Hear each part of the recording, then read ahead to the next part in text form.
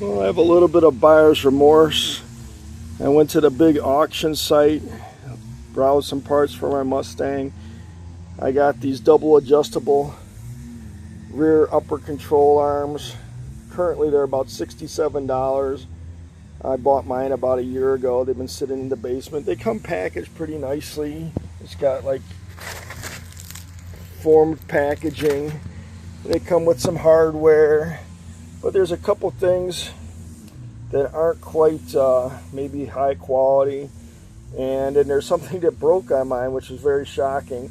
So first of all, you can see there's no gussets or anything supporting this this piece here. That's my fault. I should have realized that, you know. So all that's holding it is basically this weld.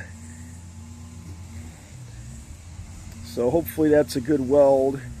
And it's like a turnbuckle. And then the heim joint end, you notice there's like a brass. I've never seen a heim joint like that. And you can see it's like a cast part, the thick parting line on the heim joint. So that doesn't seem to be the highest quality. And it turns out these are metric. They're not the 3/4 inch that a lot of the more quality brand ones are. These are 18 millimeter. So it's metric thread, 18 millimeter, and it takes an 18 millimeter. There's an 18 millimeter hole in the bore there, in the heim joint. So when I was attempting to install this, it's a very tight fit in the body with the hardware here. And so I use my hammer, just the handle of the hammer, to tap the bottom of this into the chassis, and then I noticed something happened. Maybe you can see. It cracked the jam nut. I've never seen a nut crack like that. It must not be of a very high quality. One thing I can say, which I'm going to do differently, is this jam nut is all the way against, is backed off all the way against this part instead of this. And maybe it had the extra stress of being on there. I'm not really sure. I'm going to, when I reinstall, I'm going to go and make sure it's not completely bottomed out on here. And so I went to Summit Racing and I purchased a couple jam nuts. I didn't realize they're 18 millimeter. It took a while to figure it out. I got a left hand and a right hand. One was like $1.99, the other was $2.99. So I got like $10 in jam nuts now on my $64 control arm. They're much beefier than the other jam nut. So I don't think these are going to be cracking by hitting with the handle of a hammer. And then they're not in stock. I only got one of the reverse, the left-hand thread one, which is unfortunate. I have to wait for it to come in. And then I also got the heim joint end. It was like $23 a piece, and they're not brass.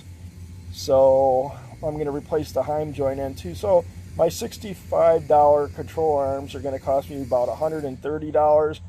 Some might say I'm thinking maybe throwing good money after bad, but like a quality set of control arms are about $180.